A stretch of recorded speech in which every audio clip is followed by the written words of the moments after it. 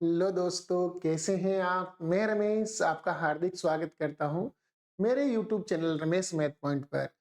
दोस्तों, सबसे पहले तो आप मेरे चैनल को सब्सक्राइब कर लीजिए और मेरे इस वीडियो को अगर आपको पसंद आ जाए तो लाइक जरूर कर देना। दोस्तों, हम आज के इस लेक्चर में पढ़ने वाले हैं ट्राइएंगल की दो कॉन्सेप्ट, सर्वांग समता और समरूपता। आज के इस लेक्चर के बाद में वह ट्राइएंगल हम खत्म कर देंगे आज ही के लेक्चर में। उसके बाद में हम बात करेंगे चतुर्भुज की। तो चलिए दोस्तों, चलते हैं अपने सेशन में, जो अपन ट्राइंगल का लास्ट सेशन लेके चल रहे हैं, जिसमें हम सर्वांग समता और समरूपता का डिस्कशन करने वाले हैं। तो चलिए दोस्तों, सबसे पहले हम देखते हैं कि सर्वांग समता क्या होती है। त्रिभुजों की सर्वांग समता होती क्या है? त्रिभुजों की सर्वांग समता क्या होती है? सर्वांग सम किसे कहते हैं? सबसे पहले सर्वांग सम का मतलब होता है कोई भी दो आकृति, कोई जरूरी नहीं कि वो ट्रायंगल ही हो, कोई भी दो आकृति अगर उनकी संगत विमाएं क्या हो, बराबर हो, संगत विमाएं क्या हो, बराबर हो, तो वो क्या कहलाएंगी? सर्वांग सम आकृतियां कहलाएंगी। तो ऐसा ही आपके ट्रायंगल में होता है कि जैसे मान लो मैंने दो ट्रायंगल ले लिए, यहां पर दो ट्रायंगल ले लिए। एक ट्रायंगल मैंने यहां पर ले लिया, ये वाला एक ट्रायंगल ले लिया मैंने। यहां पर हम इसी वाले ट्रायंगल को देखते हैं। यहां पर एक बार मैं इसका थोड़ा सा फ्रेम बढ़ा दूं। ये अपना एक ट्रायंगल है और हमने एक दूसरा ट्रायंगल और ले लिया है। यहां पर है, दोनों बिल्कुल सेम ट्रायंगल है आपके, बिल्कुल समान ट्रायंगल है आपके।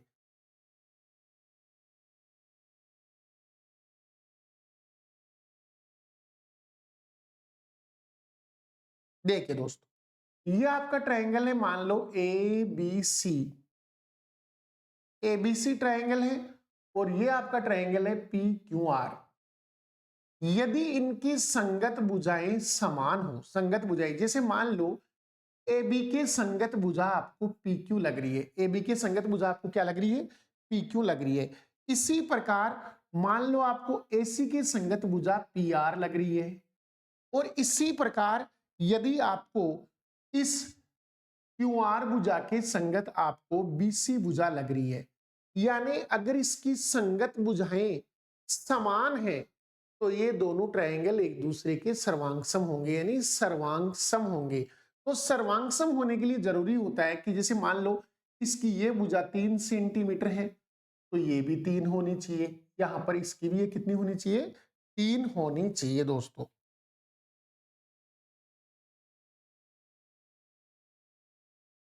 वो भी आपकी 3 होनी चाहिए, ये वाली भी आपकी 3 होनी चाहिए। ये अगर आपकी 5 सेंटीमीटर दे रखी है तो ये भी आपकी 5 सेंटीमीटर होनी चाहिए। अगर ये आपकी 7 सेंटीमीटर दे रखी है तो ये भी आपकी 7 सेंटीमीटर होनी चाहिए। मतलब संगत भुजाएं समान अनुपात में है तो ये दोनों ट्रायंगल एक दूसरे के क्या कहलाएंगे? सर्वांग सम कहलाएंगे। अब आपको यहां पर ये देखना है, जैसे ए बी के संगत पी क्यू है आपका, यानी ए बी है ना, ए बी के संगत कौन सा वाला भुजा है? ए बी के संगत आपका भुजा दे रखा है, ए बी के संगत भुजा आपको दे रखा है पी क्यू, ए बी के संगत पी क्यू दे रखा है। ऐसे ही बीसी के संगत क्यू आर दे रखा है, बीसी के संगत क्यू आर दे रखा है, और एसी के संगत आपको पी आर दे रखा है, एसी के संगत आपको पी आर दे रखा है। इसका मतलब इसने एंगल ए का कंपैरिजन ए के साथ किया है तो ये दोनों बराबर होंगे, बी का कंपैरिजन बी के साथ हुआ है तो ये दोनों बराबर होंगे आपके, और ऐसे ही सी का कंपैरिजन आर के साथ हुआ है तो ये दोनों आपके बराबर होंगे।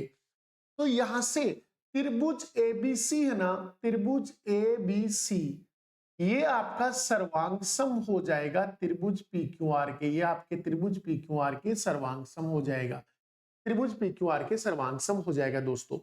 अब एक चीज समझना, जैसे मान लो ये आपको दे रखी है यहां पर, ये आपको 7 दे रखी है और ये आपको दे रखी है 5। अभी भी ये दोनों आकृति है ना, वो एक दूसरे की क्या होगी? सर्वांग सम है। अभी भी एबीसी और पी क्यू आर सर्वांग सम है, लेकिन ये वाला नहीं होगा। ध्यान देना, यहां अब की बार ए बी की संगत कौन है? पी क्यू है, लेकिन आपका एसी के संगत कौन है यहां पर? तो आप कहेंगे सर एसी के संगत यहां पर क्यू आर है, एसी के संगत क्या है जी? क्यू आर है। और उसके बाद में बीसी के संगत कोण है जी पी आर है। तो आपको ये पता चल गया कि जैसे आपकी ये दो संगत भुजा है, इन दोनों के बीच में यानी ये दोनों आपकी संगत भुजा है 3 और 7, तो इनका एंगल यानी कि बी एंगल है ना वो आपका पी के इक्वल होगा। बी एंगल किसके बराबर होगा? पी के, यानी बी की तुलना पी से होगी। यानी कि अब आपकी ए का कंपैरिजन पी से नहीं होगा, अब आपके त्रिभुज में बी का कंपैरिजन पी से होगा, यानी पी के साथ होगा। ऐसे आप देखें 7 और 5 इन भुजाओं के बीच में एंगल सी है, तो यहां और क्या है? आर है। तो बताओ सी का कंपैरिजन किसके साथ होगा? आर के साथ। तो बताइए एक का कंपैरिजन किसके साथ होगा? क्यू के साथ। यानी ये दोनों त्रिभुज आपके क्या हैं? सर्वांग सम। त्रिभुज बी सी ए किसके होगा? त्रिभुज पी आर क्यू के आपके क्या होगा? सर्वांग सम होगा, क्योंकि बी सी है ना वो किसके है? पी आर के। आपका जो एसी है वो किसके है? आपका आर क्यू के। और ऐसे आपका ए बी है वो किसके है? पी क्यू के संगत है, यानी कि ये दोनों आपकी आकृति सर्वांग सम होगी। तो ये ध्यान देने वाली बात है कि आपका ट्राइंगल का जो नामकरण होगा ना वो बिल्कुल ट्राइंगल को देख के करना होगा। संगत भुजाएं समानुपाती होनी चाहिए, तो संगत भुजाएं जो जो लिए उसके अकॉर्डिंग उसका नामकरण होगा, ये ध्यान रखना है। अब आप यहाँ इस दोनों ट्राइंगल को देख के अगर आप ये लगा रहे हैं तो ये गलत लगा रहे हैं, ये गलत है, यहाँ पर ये सही है बिल्कुल। तो ट्राइंगल की हमने सर्वांग समता के बारे में पढ़ा। तो देखो दोस्तों सर्वांग समता क्या होती है उसकी बात मैं आपको कर देता हूं। तो क्या होगा? दो ट्राइंगल सर्वांग सम होंगे। सर्वांग सम होने के लिए क्या जरूरी है? सर्वांग सम होने के लिए पहला तो है कि उसकी संगत भुजाएं क्या होनी चाहिए? संगत भुजाएं समान होनी चाहिए। संगत भुजाएं क्या होनी चाहिए? समान होनी चाहिए। और दूसरा उसका क्या है? संगत कोण समान होनी चाहिए। संगत कोण क्या होनी चाहिए? समान होने चाहिए। संगत कोण समान होंगे तो वह ट्राइंगल आपका क्या होंगे? दोनों ट्राइंगल एक दूसरे के सर्वांग सम होंगे। एक दूसरे क्या होंगे जी? सर्वांग सम। अब बात हम ये करते हैं कि यदि, अब इसमें कुछ मैं नोट लिखवाता हूं। जैसे पहला इसका नोट है कि यदि आपका ट्राइंगल अगर त्रिभुज एबीसी है वो मान लो सर्वांग सम है किसके? त्रिभुज डीईएफ के। डीईएफ के मान लो सर्वांग सम है। ये दो ट्राइंगल है एबीसी और डीईएफ। अगर ये दोनों सर्वांग सम है तो एरिया ऑफ एबीसी इक्वल होगा एरिया ऑफ डीईएफ। मतलब दोनों ट्राइंगल्स का क्षेत्रफल बराबर होगा। ये एक महत्वपूर्ण बात है भाई, आपको याद रखनी है। अगर दो त्रिभुज सर्वांग सम है तो उनके एरिया, उनके क्षेत्रफल हमेशा क्या होंगे? बराबर होंगे, बराबर होंगे भाई। तो ये एक ध्यान देने वाली बात थी यहां पर।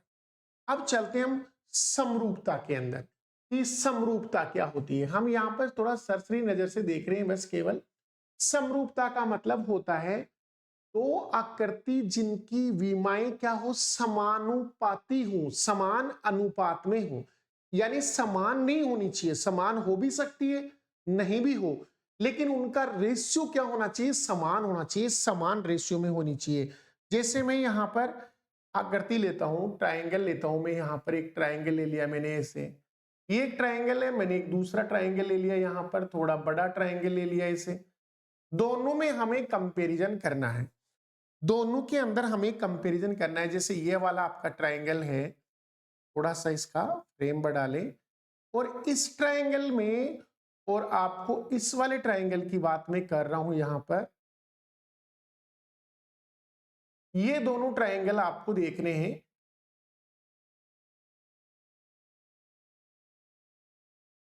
यहां पर ये दो ट्राइंगल आपके, इन दोनों ट्राइंगल्स की बात करें, जैसे ये मान लो मैंने एबीसी ट्राइंगल लिया है और ये मैंने एक ट्राइंगल लिया है पी क्यू आर।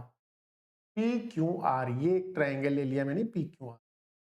अब अगर मैं बात करूं, जैसे मान लो मैंने ए बी भुजा 1 सेंटीमीटर की ले रखी है और मैंने पी क्यू भुजा 2 सेंटीमीटर की ले रही है। मैंने मान लो बी सी भुजा 4 सेंटीमीटर की ले रखी है और मैंने क्यू आर भुजा 8 सेंटीमीटर की ले रखी है। अगर मैं इसकी बात करूं तो मैंने जैसे मान लो ये वाली जो भुजा है वो मैंने ले ली 6 सेंटीमीटर की, 6 सेंटीमीटर ले रखी है। तो आपका सॉरी 6 तो हो नहीं सकता, जैसे मैंने यहां पर ले ली, यहां पर ये 1 और 4 है तो ये मैंने 3 ले ली, 3 भी नहीं ले सकते, 3.5 ले लो, 3.5 ले लो इसको, ठीक है दोस्तों, 3.5 ले लो यहां से। तो मैंने यहां पर ये 7 ले ली, ये 7 ले ली भाई यहां पर, ठीक है। तो आप यहां से देख पाएंगे कि ये दोनों ट्रायंगल एक दूसरे के बिल्कुल भुजाएं समान तो नहीं है लेकिन समान रेशियो में है। देखो आप इन दोनों का चेक करोगे ना तो 1 का रेशियो 2 के साथ 1:2 आ रहा है। बीसी भुजा का रेशियो क्यूआर के साथ देखें तो 1:2 आ रहा है। अगर एसी भुजा का आप इस पीआर भुजा के साथ देखें तो रेशियो आपका 1:2 आ रहा है। मतलब इनकी संगत जो भुजाएं हैं वो क्या है, समान अनुपात में है। यानी यहां पर समान अनुपात में भुजाएं दे रखी, इसका मतलब ये दोनों ट्रायंगल क्या है, समरूप है। तो बताओ समरूप होने के लिए पहला कंडीशन क्या है, संगत भुजाएं समानुपाती होनी चाहिए, यानी ए बी का अनुपात पी क्यू के साथ बराबर बीसी का अनुपात किसके साथ, क्यू आर के साथ, और बराबर एसी का अनुपात इसके साथ पी आर के साथ।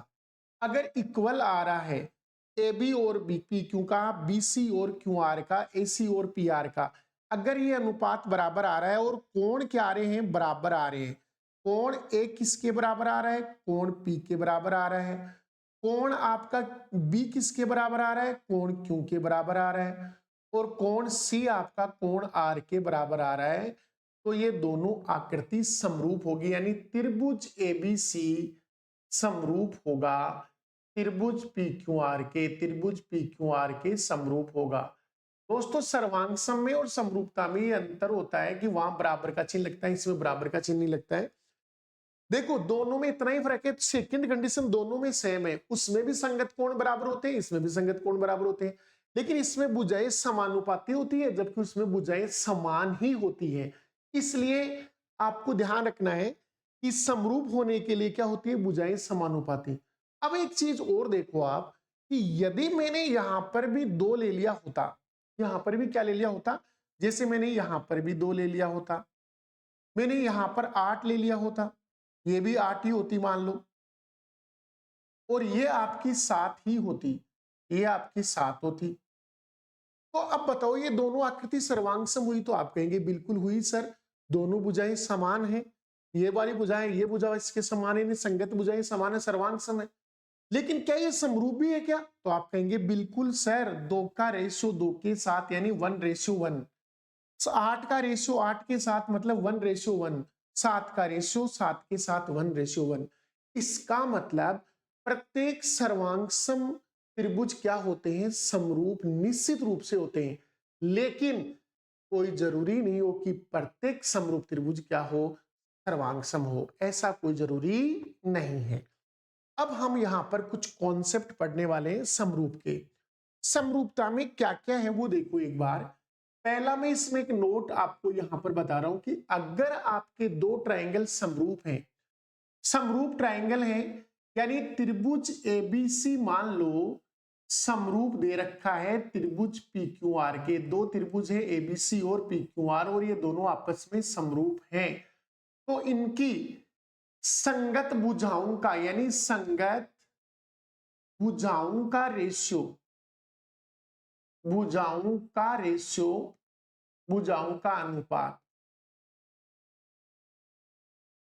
इनकी भुजाओं का जो अनुपात होगा वो होगा बराबर किसके, इनकी माध्यिकाओं के अनुपात के, इनकी माध्यिकाओं के अनुपात के, यानी माध्यिकाओं का अनुपात वही होगा जो भुजाओं का अनुपात होगा, माध्यिकाओं का अनुपात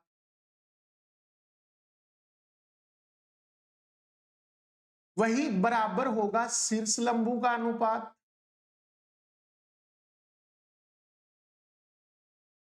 शीर्ष लंबों का अनुपात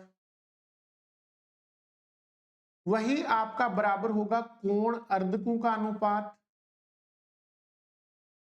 कोण अर्धकों का अनुपात,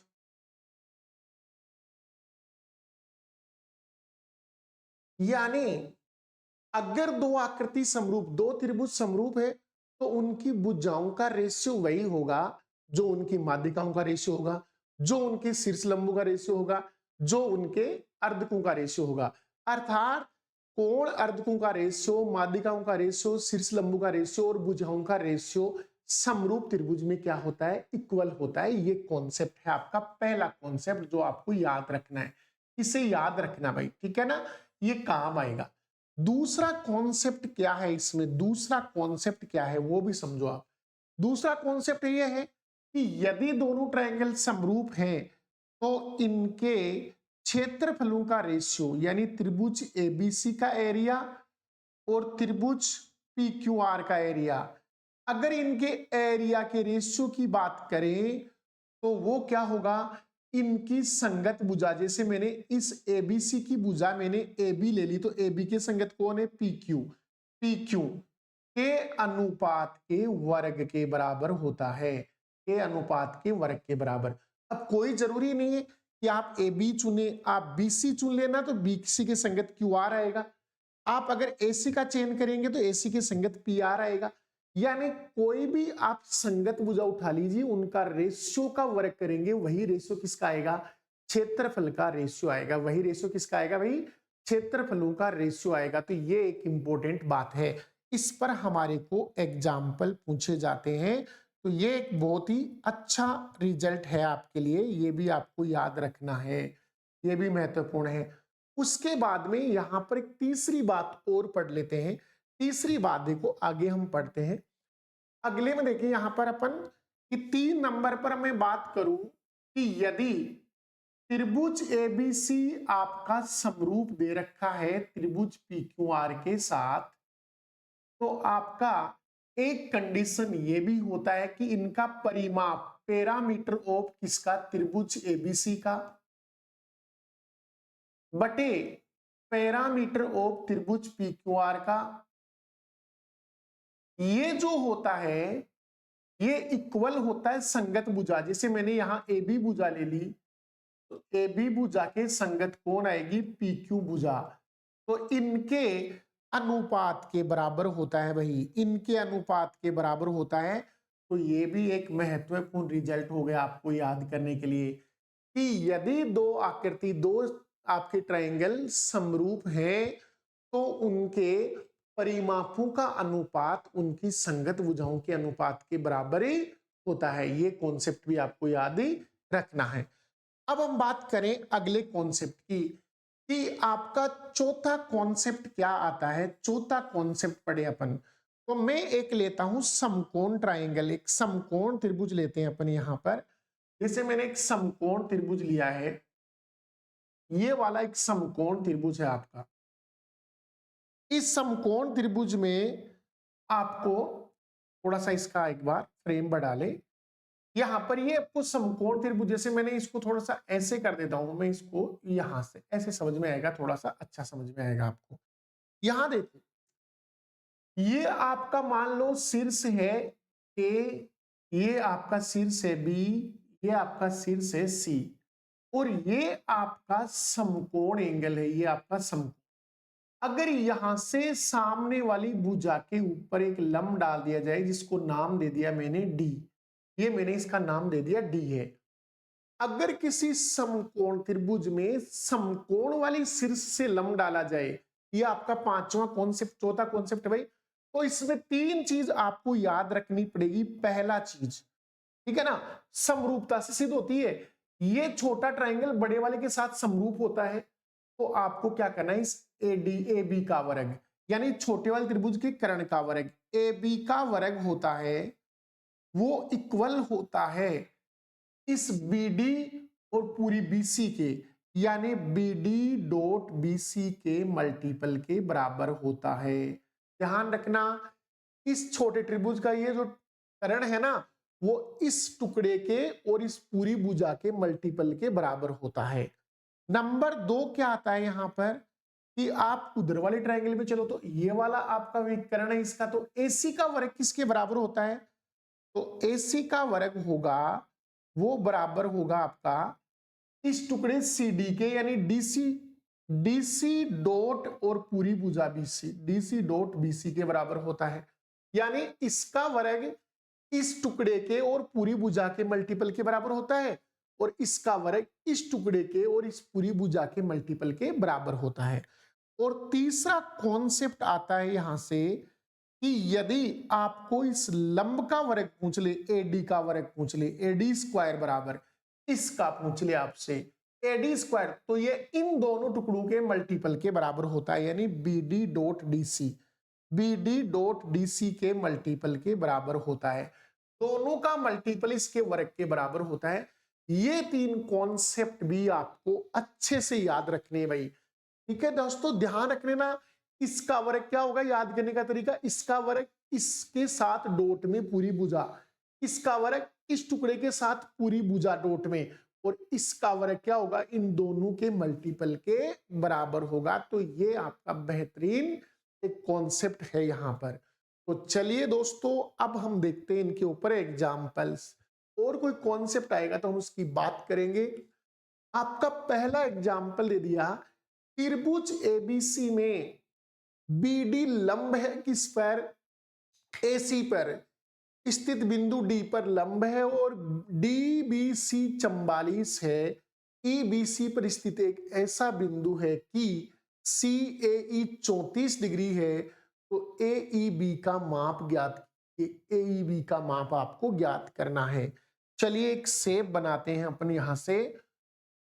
तो हमने एक ट्रायंगल लेना है, ट्रायंगल हम ये वाला लेते हैं एक बार। ट्रायंगल हमने ऐसा एक ट्रायंगल ले लिया है, इस प्रकार से हमने एक ट्रायंगल ले लिया है दोस्तों।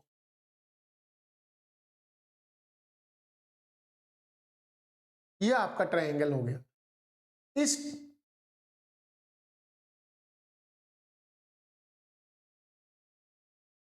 इस वाले ट्रायंगल की बात हम करें यहां पर, तो मैंने मान लिया एबीसी है, ये एबीसी,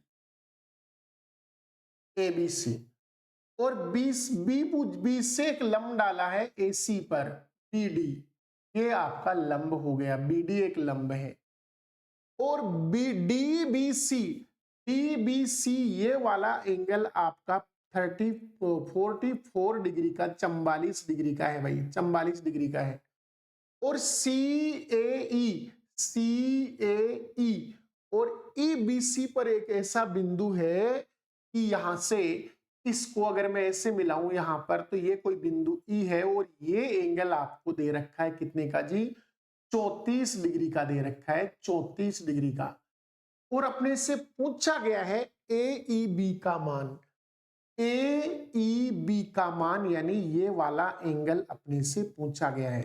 तो बड़ा ही सिंपल तरीका है जी, हमने पहले भी पढ़ा था यहाँ पर, उसी के अकॉर्डिंग है कि हमारे त्रिभुज में पहले हमने बात कर चुके हैं, वो कॉन्सेप्ट भी लगेगा। मुझे बताइए, हम एक बार के लिए आप यहां आ जाइए कि ये वाला आप ट्रायंगल चेक करते हैं। जैसे मैं इस वाले से बताता हूं, ये वाली ट्रायंगल की बात में, इस वाले ट्रायंगल की बात करूं मैं, इस वाले ट्रायंगल की बात करूं मैं, तो बताइए इस ट्रायंगल में ये कोण 44 का है, ये 90 का है, तो बताइए ये कितने का बचा। तो आप कहेंगे सर 44 को 90 में से घटा दो, ये 90 को हो गया, तो बाकी दो का योग भी 90 ही होना चाहिए। तो बताओ 90 में से आप कितने घटा दो, 44, तो ये आपका 46 डिग्री का बचा भाई। कितने डिग्री का बचा, 46 का। अब मैं कहता हूं कि अगर हम इस ट्रायंगल की बात करें, इस वाले ट्रायंगल की बात करें, इस वाले ट्रायंगल के लिए, तो बताओ इस ट्रायंगल के लिए ये जो कोण है वो बाह्य कोण है, और बाह्य कोण का मान दो अंतः कोणों के योग के बराबर होता है। तो 34 प्लस 46 की वैल्यू कितनी आएगी, 80 डिग्री के बराबर आएगी, यानी इस क्वेश्चन के करेक्ट ऑप्शन 80 होंगे, यानी B option will be correct answer. Question के करेक्ट आंसर क्या आएंगे जी, 80 डिग्री आएंगे। तो इस क्वेश्चन का राइट ऑप्शन 80 डिग्री होगा। ये कुछ पहले के। यहां बात आई है, देखो दो त्रिभुज है एबीसी और पीक्यूआर, जहां ए बी ए सी के क्या है भाई, बिल्कुल इक्वल दे रखी है। सी कोण पी के इक्वल दे रखा है, बी कोण क्यू के इक्वल दे रखा है, तो दोनों त्रिभुज होंगे। देखो आपको क्या दे दिया गया है, एक भुजा, यानी एक भुजा आपको क्या दे रही है, बराबर दे रखी है, और दो एंगल भी आपको बराबर दे रखे हैं। इसका मतलब देखो सर्वांग समता के चार नियम होते हैं। कौन कौन से? एस एस एस, भुजा भुजा भुजा। दूसरा नियम होता है भुजा कोण भुजा। तीसरा नियम होता है आपका कि कोण भुजा कोण। और चौथा नियम होता है आरएचएस, जो कि समकोण त्रिभुज में लगता है, समकोण त्रिभुजों की सर्वांग समता, आरएचएस। ये चार नियम होते हैं सर्वांग समता के। तो यहां देखिए ये वाला एंगल यानी सी पी के बराबर, बी आपका क्यू के बराबर है और एक भुजा बराबर है। इसका मतलब ये वाला कॉन्सेप्ट लगेगा कि दो एंगल और एक साइड बराबर आ रही है, इसका मतलब दोनों त्रिभुज क्या है? सर्वांग सम है। लेकिन समद्विबाहु है किंतु सर्वांग सम नहीं है। यहां बोला सर्वांग सम है किंतु समद्विबाहु नहीं है। न तो सर्वांग सम है और न ही समद्विबाहु है। और समद्विबाहु है, समद्विबाहु तथा सर्वांग सम है। देखो इसने ऐसे बोल दिया, यहां समद्विबाहु है क्या? तो आपको समान दो यानी ए बी और ए सी। देखो ट्राइंगल ए बी और बी में आपको ए बी बराबर क्या दे रखी है? ए सी। और आपको यहां पर दे रखा है, तो यहां से इसने शायद ट्राइंगल एबीसी और पीक्यूआर में एबी का एसी के साथ रिलेशन दे दिया। तो एक एबीसी आपका समद्विबाहु त्रिभुज हो गया, लेकिन उसने दूसरी वाली भुजा के साथ क्या नहीं दिया? सर्वांग समता। एसी तो एबीसी की भुजाएं रह गई ना, एबीसी की भुजाएं रह गई, पीक्यूआर से तुलना ही नहीं की। इसका मतलब ये न तो समद्विबाहु त्रिभुज है, वो सर्वांग सम तो आपका हो ही नहीं सकता, सर्वांग सम तो है ही नहीं। इसका मतलब समद्विबाहु त्रिभुज तो है आपका, एबीसी समद्विबाहु है, लेकिन क्या है? सर्वांग सम नहीं है। किसके साथ? पीक्यूआर के साथ। नेक्स्ट, त्रिभुज एबीसी और त्रिभुज ई वो एफ ई डी के समरूप है। तो आपको देखो क्या दे रखा है, ये दोनों ट्राइंगल समरूप दे रखे हैं बेटा, समरूप दे रखे हैं। यानी त्रिभुज एबीसी समरूप दे रखा है किसके? समरूप दे रखा है त्रिभुज एफ ई डी के। ठीक है, अगर दोनों समरूप है तो संगत भुजाएं क्या होंगी? समान अनुपात में होंगी। तो मुझे बताइए ए बी का मान दे रखा है एक्स, तो मैंने एक्स ले लिया, मैंने ले लिया है एक्स। एक्स का अनुपात किसके साथ लूंगा? तो आप कहेंगे सर ए बी के संगत भुजा होगी ई एफ। तो आप ई एफ देखिए कितना है, तो आपको ई एफ दे रखा है 12, तो ई एफ का मान है 12 बराबर। अब दूसरी भुजा एबीसी की दूसरी भुजा आपको बीसी दे रखी है, वो कितनी दे रखी है आपको? x प्लस 2 दे रखी है। तो मैंने यहां रख दिया x प्लस 2। तो बताओ बीसी के संगत कौन होगी? तो आप कहेंगे सर बीसी के संगत तो ईडी होगी यानी डी। तो बताइए ईडी कितनी दे रखी है आपको? 18 सेंटीमीटर की। तो मैंने यहां 18 रख दिया। तो कीजिए बताओ, 6 से काटेंगे 2 बार कटेगा, 6 से काटेंगे 3 बार कटेगा, क्रॉस मल्टीपल करो तो ये इससे गुणा होगा। तो मुझे बताइए कितना आएगा? तो ये 3x आएगा और ये इधर गुणा होगा तो क्या आएगा? 2x प्लस 4 आएगा, 2 दूनी 4। तो बताइए ये इधर आएगा तो आपके पास केवल x बचेगा और x की वैल्यू क्या आएगी? 4। आपसे x की वैल्यू पूछी जा रही थी, प्रश्न का उत्तर होगा 4 सेंटीमीटर। x की वैल्यू कितनी आएगी जी? 4 सेंटीमीटर इस क्वेश्चन के करेक्ट ऑप्शन होंगे। अगर दो ट्राइंगल समरूप है तो उनकी संगत भुजाएं समान अनुपात में होती है। तो वहां से हमने इस क्वेश्चन को किया है। ये क्वेश्चन देखिए दोस्तों, क्वेश्चन क्या है? एबीसी इस प्रकार है कि वो डीईएफ के समरूप है। मतलब ट्राइंगल एबीसी, एबीसी है ना, वो बिल्कुल समरूप है जी किसके साथ? ट्राइंगल डीईएफ के साथ, डीईएफ के साथ बिल्कुल समरूप है जी ये। फिर मैंने आगे क्या कहा? 2ab बराबर डी है, यानी आपको ये दे दिया कि 2ab है ना वो किसके बराबर है? 2ab है वो डी के बराबर है, डी के बराबर है।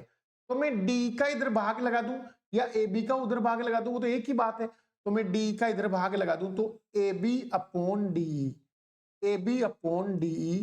तो बताइए उधर आपका 1 बचेगा और मैं 2 का उधर भाग लगा दूं तो 1/2। मतलब ए बी का डी के साथ, और आप देखो ए बी के संगत डी तो है, इसका मतलब इसकी संगत भुजाएं क्या है? 1:2 के रेशियो में है। तो मुझे बताइए आपको ईएफ का मान पूछा जा रहा है जबकि आपको बीसी का दे रखा है। तो मुझे बताओ बीसी के संगत कौन है? ईएफ ही तो है।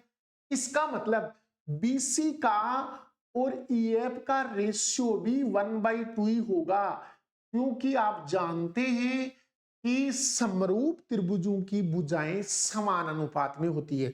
अगर ए बी और डी का मतलब इन दोनों का रेशियो अगर 1:2 है तो इन दोनों का रेशियो भी 1:2 ही होगा। तो बताइए बीसी तो आपको दे रखी है कितने की? 8 की दे रखी है, तो क्रॉस मल्टीपल करेंगे तो 8 दूनी 16। ईएफ की वैल्यू कितनी आएगी जी? 16 सेंटीमीटर आएगी। क्वेश्चन का करेक्ट ऑप्शन होगा C option. C option will be correct answer होगा दोस्तों। अगले एग्जाम्पल में चलते हैं। दो समरूप त्रिभुज है का परिमाप आपको 48 और 24 दे रखा है।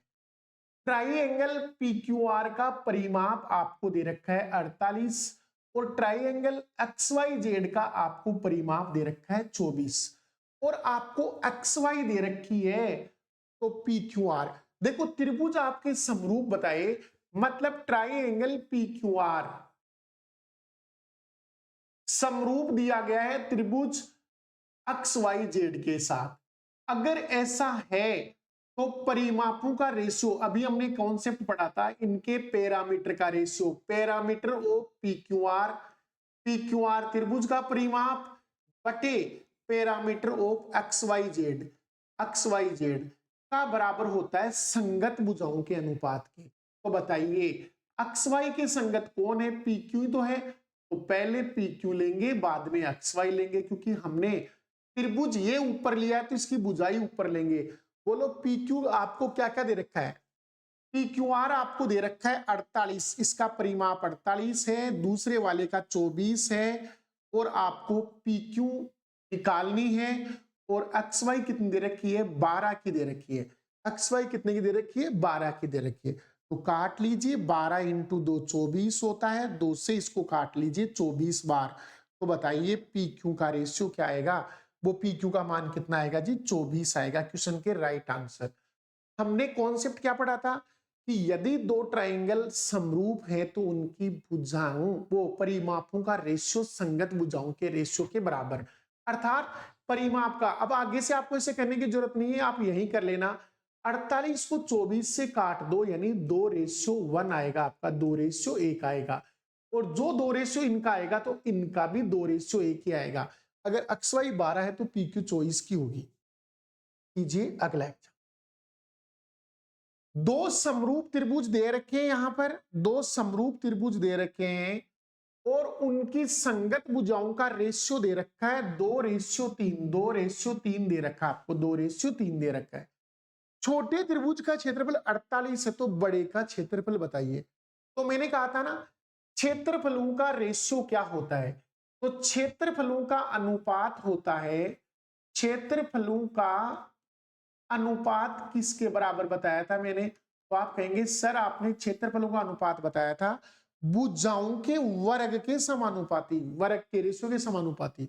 बोलो भुजाएं किस रेशियो में है? तो आप कहेंगे सर भुजाएं है ना वो 2:3 में है।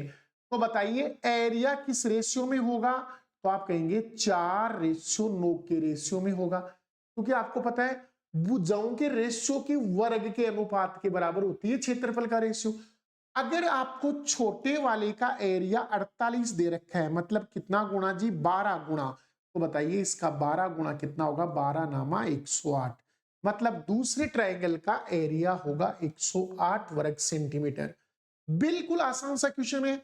अगर भुजाएं 2:3 में है तो क्षेत्रफल 4:9 में होगा, वर्ग के बराबर। छोटे वाले का एरिया 48 दे रखा है, मतलब 12 बार मल्टीपल, तो 9 का 12 बार मल्टीपल होगा 108। इस क्वेश्चन को कीजिए। डी और ई एक त्रिभुज एबीसी की भुजा एबी और एसी के मध्य बिंदु है और बीसी है वो 6 सेंटीमीटर है। डी बीसी के क्या है? समानांतर है। तो डी की लंबाई बताइए। यहां से समझते हैं अब इसको। देखो एक ट्राइंगल बनाते हैं हम, पहले एक ट्राइंगल ले लेते हैं। जैसे मैंने ये एक ट्राइंगल ले लिया, यहां पर ये एक ट्राइंगल है। इस ट्राइंगल में थोड़ी सी इसकी शेप बढ़ा ले। यहां पर देखो ये जो ट्रायंगल है, इस ट्रायंगल की बात मैं यहां कर रहा हूं एबीसी की। ये एबीसी ट्रायंगल के अंदर ए बी, डी और ई क्या है, एबीसी की ए बी और ए सी के मध्य बिंदु, ए बी का मध्य बिंदु तो डी है और इसका मध्य बिंदु ई है, ये इसका मध्य बिंदु है।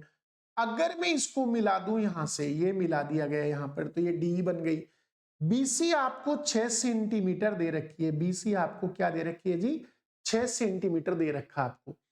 तो बताइए, और डी समांतर बीसी है, मतलब ये दोनों पैरेलल है। अगर समानांतर है तो बताओ ये एंगल इसके बराबर होगा? आप कहेंगे बिल्कुल सर बराबर होगा। ये वाला एंगल इसके बराबर होगा? बिल्कुल बराबर होगा, क्योंकि हमने पढ़ा था कि समांतर रेखाओं को कोई तिर्यक रेखा काटती है तो क्या होते हैं, संगत कोण बराबर होते हैं। तो ये संगत कोण बराबर है। अगर किसी ट्रायंगल के दो कोण बराबर हैं तो डबल ए के नियम से दोनों समरूप होते हैं। बताइए आपका ट्रायंगल कौन सा, ए डी ई, छोटा वाला ट्रायंगल ए डी ई, ये है आपका एबीसी के साथ समरूप होगा, यानी समरूप होगा त्रिभुज एबीसी के साथ, क्योंकि दोनों के दो एंगल सेम है। तो तीसरा तो वैसे भी कॉमन है दोनों में, तो तीनों एंगल सेम है, इसका मतलब ये क्या है, समरूप है। अगर ये समरूप है तो इनकी भुजाओं का रेशियो क्या होना चाहिए, समान अनुपात में होना चाहिए। अब इसने कहा जी ये मध्य बिंदु है, इसका मतलब अगर इधर आपका 1 सेंटीमीटर तो इधर भी 1 सेंटीमीटर है। तो बताओ छोटे त्रिभुज की भुजा क्या हुई, तो आप कहेंगे सर छोटे त्रिभुज की भुजा अगर 1 है तो बड़े त्रिभुज की भुजा तो 2 होगी। यानी इनकी एडी और अगर मैं बात एबी की करूं, एडी और एबी की बात करूं तो वो आपका 1:2 आएगा, 1:2 आएगा। देखो एडी के संगत कौन है, एबी तो है, और एडी आपकी 1 है तो आपकी एबी कितनी आएगी, 2 की आएगी, क्योंकि ये मध्य बिंदु है तो दोनों पार्ट सेम है। अगर इनका रेशियो 1:2 है तो फिर डी का और बीसी का रेशियो भी 1:2 ही होगा। इसका मतलब ये 6 है तो ये 3 होगी, सीधी सी बात है ये 3 होगी। तो आपके क्वेश्चन का आंसर आ गया बी ऑप्शन 3 आएगा। बीसी कितना आएगा जी, डी कितना आएगा जी, 3 सेंटीमीटर का है। अगला एग्जाम्पल, दी गई आकृति में दोनों समरूप हैं, सीए और एफडी का रेशियो बताइए मेरे को, सीए एफडी का रेशियो बताइए, दोनों समरूप दे रखा है। मुझे बताओ समरूप कौन सा बताया, ए बी और डी बीसी। तो बताओ बीसी का कंपैरिजन किससे होगा, ईएफ से, बीसी का कंपैरिजन ईएफ से। तो रेशियो देख लो, यहां काट लो 6 और 8 को, 6:8 है, इसका मतलब 3:4, 3:4 है।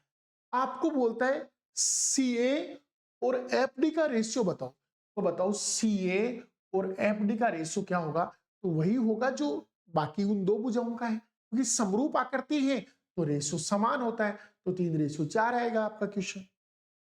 अगला क्वेश्चन देखिए, यहां पर फिर दे दिया इसने कि ये मान लो आपका ट्रायंगल है एबीसी, और एबीसी में ये जो है ना डी है वो समानांतर दे दी किसके, बीसी के, और एडी बराबर दे दिया इसने 7 सेंटीमीटर और ए बराबर दे दिया 3.5 सेंटीमीटर, और डीबी बराबर दे दिया 6, और एसी का मान पूछ रहा है आपको, एसी की लंबाई आपसे पूछ रहा है। तो ये यहां पर समरूप की जरूरत ही नहीं है, आप सीधा कर सकते हैं।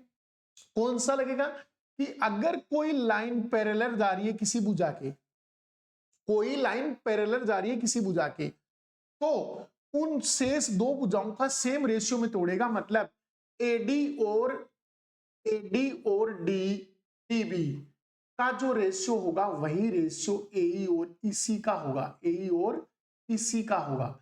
मतलब जो रेशियो इन दोनों का होगा वही रेशियो इन दोनों का भी होगा, दोनों का भी रेशियो वही होगा। तो कीजिए, ये आपका 7 है, ये आपका 6 है, ये आपका 3.5 है, तो ये आपका इसी कितना होगा ये निकालना है आपको। तो 3.5 से 2 बार कटेगा, 2 से ये 3 बार कटेगा, तो इसी की वैल्यू 3 आ गई। ये आपका 3 है बेटा, तो पूरी एसी की लंबाई कितनी होगी, 3 + 3.5 यानी 6.5। क्वेश्चन के करेक्ट ऑप्शन डी ऑप्शन होंगे। क्वेश्चन के करेक्ट ऑप्शन क्या होंगे, D option will be correct answer. इस क्वेश्चन को कीजिए, यहां फिर समान, समान होता है इसका मतलब होता है ये दोनों सेम होने का मतलब सर्वांग सम है जी, दोनों क्या है, सर्वांग सम है। तो यहां बताइए ईएफ की वैल्यू क्या होगी, ईएफ का वैल्यू बताना है। बोलो ए बी कितना दे रखा है आपको, तो आप कहेंगे सर ए बी 6.5, ये 6.5 है।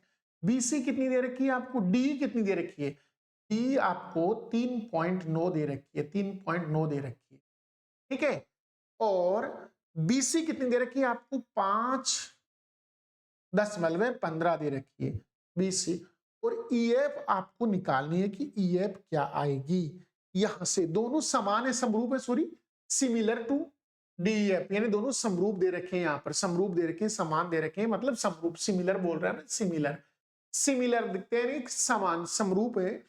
तो मैं कहता हूं आपको रेशियो निकालना है, यहां से रेशियो निकालिए। बोलो ए बी का कंपैरिजन डी के साथ होगा, समरूप है तो बताओ ए बी का कंपैरिजन डी के साथ होगा, तो इन दोनों का रेशियो निकालिए। तो बताओ 6.5 का रेशियो, 6 आपके 5 का रेशियो, 6.5 का रेशियो किसके साथ लेना है, 3.9 के साथ।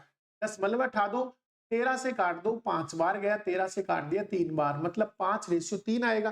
तो श्योर है कि इन दोनों का रेशियो भी 5:3 ही आएगा। आपको ईएपी तो ज्ञात करना है, तो बताइए ये अगर आपका 5.15 है तो ये कितना होगा। तो मैं कहता हूं ये इसका कितना है जी, तो आप कहेंगे सर 5 का भाग इसमें जाएगा 1.03, 1.03 मल्टीपल है, तो ये भी 1.03 से मल्टीपल कर दीजिए। 3.09 इस क्वेश्चन के करेक्ट ऑप्शन, 3.09 इस क्वेश्चन के करेक्ट ऑप्शन आएंगे। यानी अगर दोनों त्रिभुज सिमिलर हैं, आपके समरूप हैं, तो भुजाओं का अनुपात सेम होगा, जो रेशियो इन दोनों का होगा वही रेशियो इन दोनों का होगा। तो आपको पता है 5 से ये कितनी बार कट रहा है, 1.03, तो इसको भी 1.03 से मल्टीपल कर दिया, क्वेश्चन के आंसर 3.09 आ गए। यहां फिर दे दिया समान है, मतलब सिमिलर दे दिया, समरूप ए बी 6 है, डी 8 है और ई एफ 10 है, एफ डी 14 है, तो ए बी सी का परिमाप बताइए।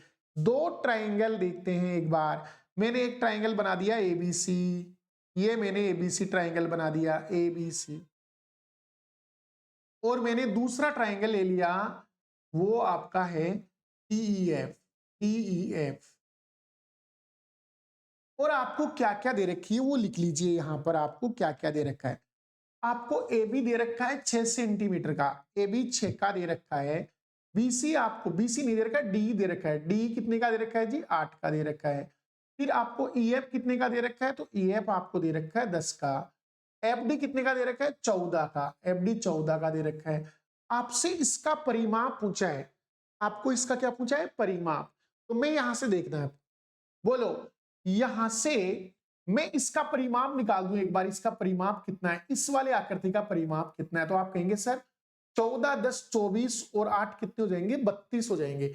यानी इसका जो पैरामीटर है, इसका जो परिमाप है ना, वो कितना है जी, 32 है, 32 है।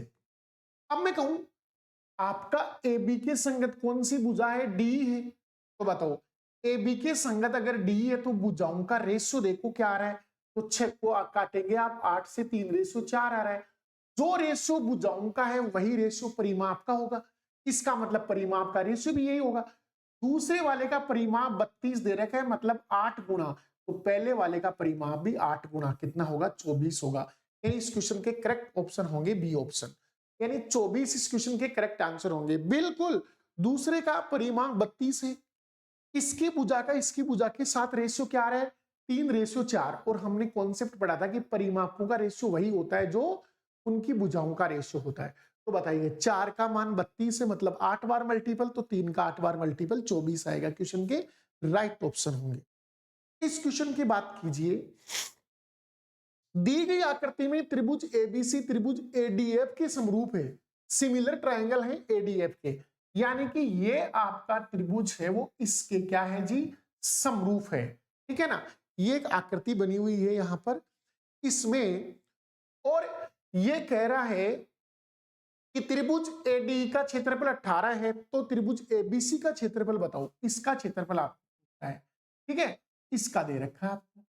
बोलो यहां से इसने बताया कि दिए गए आकृति में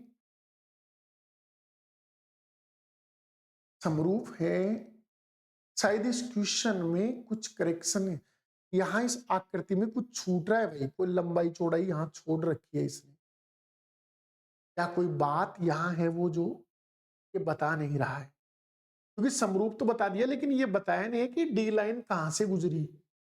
ये आधा आधा तो हो, बिल्कुल मध्य में से होती तो हम इस क्वेश्चन को कर लेते, लेकिन मध्य में से भी नहीं बता रहा है शायद ये।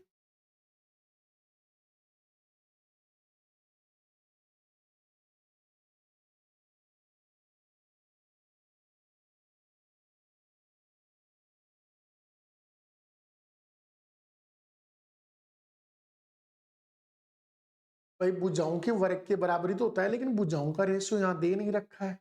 चलो इस क्वेश्चन को छोड़ो, आप अगले क्वेश्चन में चलो। हाँ, दी गई आकृति में डी समानांतर है, यानी ये वाली है, ये देखो इसका ट्रायंगल का नाम नहीं लिखा, एबीसी ट्रायंगल में डी बीसी के भुजा, तो ये आपकी डी है, बीसी के समानांतर जा रही है। एडी आपको एक्स दे रखा है और ये आपको x -2 दे रखा है, ए आपको x +2 दे रखा है और इसी आपको x माइनस। तो अभी हमने एक क्वेश्चन किया था भाई, अगर कोई समानांतर लाइन है ना तो वो शेष दो भुजाओं को सेम रेशियो में तोड़ती है, इसका मतलब इन दोनों का रेशियो उन दोनों के रेशियो के बराबर होगा। तो चलिए इस क्वेश्चन को हल करते हैं।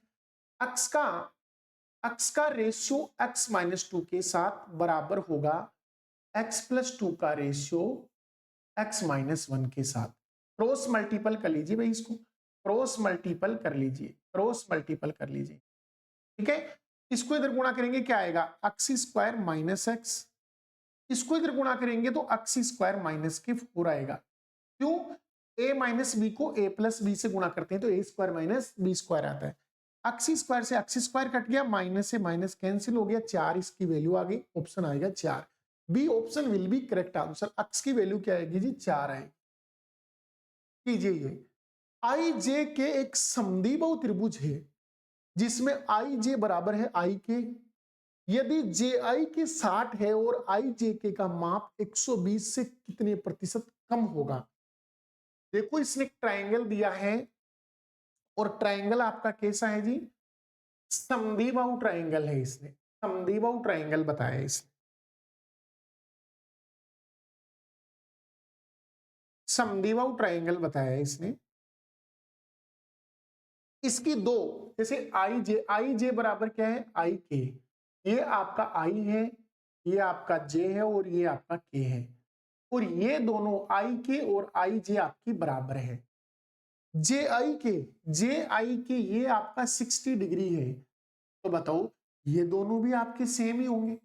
अगर ये 60 डिग्री दे रखा है इसका मतलब ये भी दोनों आपके सेम ही होंगे 60-60 की, तो ये तो संभव ही हो गया आपका, क्योंकि अगर ये 60 का है और ये दो भुजा सेम दे रखी है तो आपको पता है ये दोनों कोण भी सेम होंगे, तो 120 में से 60-60 आएंगे। तो ये कहता है आई जे के का माप, आई जे के का माप, आई जे के इस एंगल का माप 120 से कितने प्रतिशत कम है।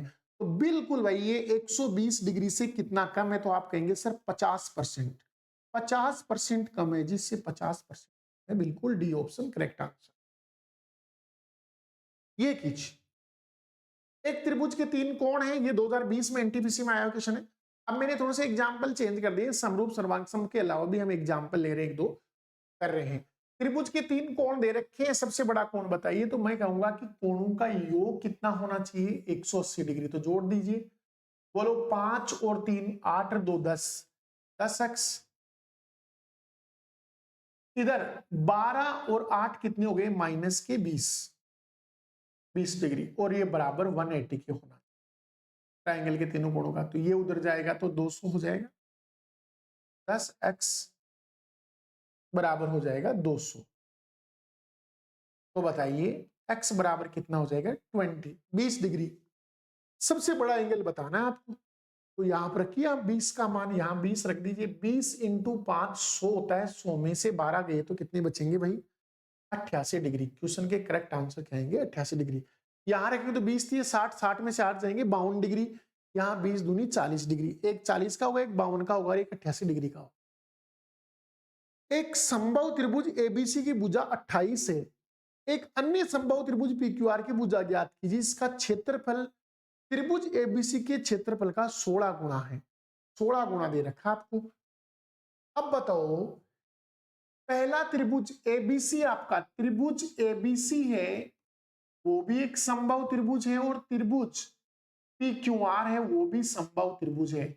इसका मतलब दोनों समरूप है। क्यों भाई? क्या आप जानते हैं सर, संभव त्रिभुज के एंगल इक्वल होते हैं, सब 60-60 के होते हैं, इसलिए एक संभव त्रिभुज दूसरे संभव त्रिभुज से निश्चित रूप से समरूप ही होगा, क्योंकि तीनों एंगल आपस में क्या होंगे? बराबर होंगे, तो ये समरूप होगा ही होगा। तो बताइए, इसने बता दिया एबीसी के क्षेत्रफल का 16 गुना है पीक्यूआर, मतलब इसका एरिया, एबीसी का एरिया, एरिया ऑफ एबीसी का रेशियो एरिया ऑफ पीक्यूआर से लिया गया, तो वो आया 1:16। 1:16, 16 गुना है। एबीसी की एक भुजा 28 की है। अगर मैं बात करूं ये आपके क्षेत्रफलों का रेशियो है, तो भुजाओं का रेशियो क्या होगा? तो आप कहेंगे सर भुजाओं का अनुपात होगा, इनका वर्गमूल ले लीजिए आप, तो 1:4 होगा। 1:4 होगा। तो बताइए, एक यूनिट की वैल्यू 28 दे रखी है आपको, एक यूनिट की वैल्यू 28 दे रखी है, तो बताइए इसकी वैल्यू कितनी होगी? तो 28 से गुणा कर दीजिए 112। 112 क्वेश्चन के करेक्ट ऑप्शन सी ऑप्शन। 112 आएगी दूसरी वाले त्रिभुज पी क्यू आर की भुजा, ठीक है ना? इसकी भुजा कितनी आएगी? 112 आएगी। एबीसी एक समकोण त्रिभुज है, इसमें एक वर्त बना हुआ है। समकोण की दो भुजाओं की लंबाई 10 और 24 है, तो वर्त की त्रिज्या ज्ञात कीजिए। वर्त की त्रिज्या, इस समकोण त्रिभुज इसमें एक वर्त बना हुआ है, समकोण की दो भुजाओं की लंबाई क्या है जी? 10 और 24 है, तो वर्त की त्रिज्या बतानी है आपको कि वर्त की त्रिज्या कितनी होगी। देखिए, आपको एबीसी कैसा दिया है? समकोण त्रिभुज दिया है भाई।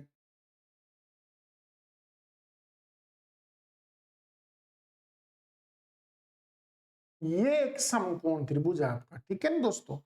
ये आपका एक समकोण त्रिभुज है। समकोण त्रिभुज है एबीसी, एबीसी, जहां ये आपका समकोण है। इसमें एक भुजा आपको मान लो 24 की दे रखी है, एक आपको 10 की दे रखी है, और इसके अंदर एक ट्राइंगल बना है, अंदर एक ट्राइंगल बना हुआ है, अंदर एक ट्राइंगल। इसकी रेडियस बतानी है आपको, इसकी रेडियस बतानी है, ठीक है दोस्तों? इसकी क्या बतानी है आपको? रेडियस। तो मैं कहूंगा आपको यहां से, रेडियस का मतलब होता है कि यहां से इसकी सभी भुजाएं क्या होती हैं? समान लंबाई की होती हैं, ये समान लंबाई की, ठीक है ना? तो आप यहां से इसकी सबकी लंबाइयां बता सकते हैं, या त्रिज्या यहां से अंत्य त्रिज्या आप बता सकते हैं। बताओ, ये 10 की है, 24 की है, तो ये 26 की होगी। आप कहेंगे बिल्कुल सर, 5, 12 और 13 का रेशियो होता है, 5, 12 और 13 का रेशियो होता है, तो 10, 24 और 26 आएगी। तीनों भुजा दे रखी है, अंतःवर्त की रेडियस निकालनी है, तो अंतःवर्त की रेडियस होती है त्रिभुज का क्षेत्रफल बटे अर्ध परिमाप। तो मुझे बताइए, त्रिभुज का क्षेत्रफल तो क्या होगा? 1/2 आधारी इंटू ऊंचाई, यानी 1/2, 24 गुणा 10, ये तो होगा त्रिभुज का क्षेत्रफल, बटे अर्ध परिमाप कितना होगा? तो आप कहेंगे 24 + 26, 50 और 10, 60, 60 का आधा कितना होगा जी? 30 होगा। 2 से ये काट लो 12, 10 से काट लो 3 बार, और 3 से ये काट लो 4 बार। क्वेश्चन के करेक्ट ऑप्शन 4, यानी यहाँ वर्त की त्रिज्या कितनी आएगी जी? 4 आएगी। आर बराबर होता है डेल अपॉन एस, यानी कि त्रिभुज का क्षेत्रफल बटे इसका अर्ध परिमाप होता है। आपने तीसरी भुजा निकाल ली, तो आप उसका डायरेक्ट आंसर दे सकते हैं कि त्रिभुज के क्षेत्रफल में भाग लगा दो। त्रिभुज की 3 माध्यिकाओं की लंबाई 3, 6 और 5 है। त्रिभुज का क्षेत्रफल निकालिए भाई। माध्यिकाओं की लंबाई दे रखी है आपको, बोलो माध्यिकाओं की लंबाई कितनी दे रखी है? 3 सेंटीमीटर, 6 सेंटीमीटर और 5 सेंटीमीटर। तो मैं कहूंगा इनसे बना क्षेत्रफल निकाल लीजिए एक बार। तीनों से मिला एक त्रिभुज बनेगा, माध्यिकाओं से एक त्रिभुज बनाओ, उसका क्षेत्रफल निकालते हैं।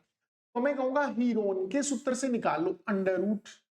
बोलो एस कितना होगा? 6 और 5 11, 11 में 3 और जोड़ दे 14, 14 का आधा कितना होगा?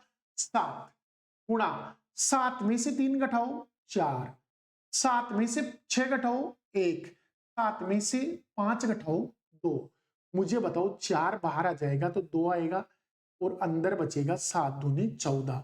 अंदर क्या बचेगा जी 7 दूनी 14, 2 अंडर रूट 14। यहां इसका जो मान आया वो 2 अंडर रूट 14 के बराबर आ गया।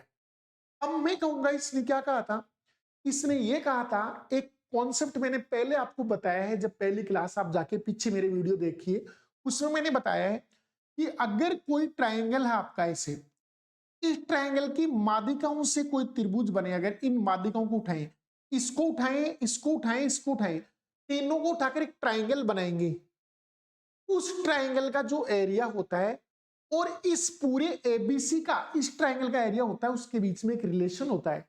इसका जो एरिया होता है ना, वो इन माध्यिकाओं से बनने वाले त्रिभुज के एरिया का 4/3 होता है। कितना होता है जी 4/3। तो इसका 4/3 कर दो तो ये प्रश्न के उत्तर आएंगे 8 अंडर रूट 14/3। ये इस क्वेश्चन के राइट ऑप्शन है। ऑप्शन देखो देखिए कहां से है, ये रहा आपका ऑप्शन, ये आपका ऑप्शन है 4 56। इसने देखो 56 से बाहर नहीं लिया, 56 को 14 गुणा 4 लिख सकते हैं, तो 4 बाहर आ जाएगा तो 2 और हो जाएगा तो 8 हो जाएगा। ये बिल्कुल ठीक है, इसका वो एक कोई फर्क नहीं है, उसने 56 को तोड़ा नहीं, बाहर नहीं निकाला। क्वेश्चन के राइट आंसर आएंगे सी ऑप्शन। एक त्रिभुज की दो भुजाओं की लंबाई है 7 और 8, इन दोनों भुजाओं के बीच के कोण की माप है 60। तीसरी भुजा की लंबाई बताइए कि तीसरी भुजा कितनी लंबाई की होगी। बहुत बेहतरीन एग्जाम्पल देखिए यहां पर आया है, एक बार अच्छा एग्जाम्पल है, समझिए इसको। ये आपका एक ट्रायंगल है, इस ट्रायंगल की बात मैं यहां से करूं, देखो ये आपका एक ट्रायंगल है, इस ट्रायंगल में देखिए आप एक बार से, जैसे ये आपका एबीसी एक ट्रायंगल है और इस एबीसी ट्रायंगल में मैं आपको बताऊं ए बी कितने की दे रखी है, मान लो ये 7 की दे रखी है, एसी आपको 8 की, और इन दोनों के बीच का एंगल 60 दे रखा है, दोनों के बीच का एंगल 60, ये आपको निकालनी है। जब दो भुजा आपके साथ हो, उसके बीच का एक कोण आपको दे रखा हो, तो मैं कहता हूं कोसाइन का नियम लगा दीजिए, कोज्या नियम लगा दीजिए। एक जा नियम होता है, एक कोज्या नियम होता है। बोलो कोस ए का फॉर्मूला क्या होगा, तो आप कहेंगे सर कोस ए बराबर क्या होगा, दोनों पड़ोसी भुजाओं का वर्ग 7 का वर्ग प्लस 8 का वर्ग माइनस सामने वाली भुजा का वर्ग, तो मैंने इसको ए मान लिया स्मॉल, तो ए का वर्ग बटे नीचे होता है 2bc, तो 2 इंटू 8 गुणा 7 56, ये आपका इतना आ रहा है। तो बताइए कोस ए की वैल्यू कितनी है, 60 डिग्री है ना, तो यहाँ पर आप 60 डिग्री रख लीजिए, इसको 60 डिग्री रख दीजिए, यहाँ पर 60 डिग्री। तो कोस 60 का मान कितना होता है, तो आप कहेंगे जो sin 30 का होता है वही कोस 60 का होता है, 1/2 होता है। बराबर में 7 का आपका आएगा 49, 8 का आएगा 64 माइनस ए स्क्वायर बटे ये आपका 2 गुणा 56। तो मैंने कहा तो 2 तो काट दीजिए, 56 इधर आ जाएगा आपका। यहां से 49 प्लस 64 कितना आ रहा है आपका 56 बराबर आ रहा है आपका 49 प्लस 64 कितने हो गए जी, 9 और 4 13, 113 हो गई, और माइनस ए स्क्वायर। बताइए ये इधर आएगा तो कितना बचेगा तो 56 तो 57 बचेगा, 57 बराबर ए स्क्वायर, क्योंकि माइनस से माइनस कट जाएगा, ये इधर आएगा तो माइनस का होगा, तो माइनस के 57 आएंगे कट जाएगा, इधर से हटाएंगे अंडर रूट। क्वेश्चन के करेक्ट ऑप्शन होंगे डी ऑप्शन। आपकी तीसरी भुजा अंडर रूट 57 की होगी। कोज्या नियम, जब दो भुजा एक एंगल होता है कोज्या नियम, जब दो एंगल और उनके बीच की भुजा दे रखी है तो ज्या नियम लगा के निकालना चाहिए। और ये आज की सीरीज का लास्ट, त्रिभुज एबीसी में ए सी के माप से 12 अधिक है, बी का माप सी के माप से 4 गुना है, तो एबीसी के माप बताओ। देखो कंपैरिजन दे दिया कि ए और सी के माप से 12 अधिक है और बी का माप सी के माप से 4 गुना है, ठीक है। यहां से सी के माप का 4 गुना, तो मैं कहूंगा angle A, angle B, angle C की आपको कंपैरिजन करनी है। कंपैरिजन करनी है, बिल्कुल सिंपल सा एग्जांपल है। इसने कहा सी के माप से 4 गुना कौन है, बी। अगर मैं सी का मान x डिग्री मान लूं तो बी आपका बी का मान कितना होगा 4x डिग्री होगा, 4x डिग्री होगा।